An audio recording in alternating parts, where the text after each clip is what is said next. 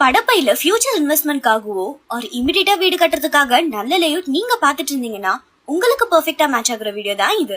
நம்ம பாத்துட்டு இருக்க இந்த ப்ராஜெக்ட் டிடிசிபி ரெரா அப்ரூவ்ட், எக்ஸாக்ட்டா படப்பை ஒரத்தூர் ரோட்ல லொகேட் ஆகிருக்குங்க.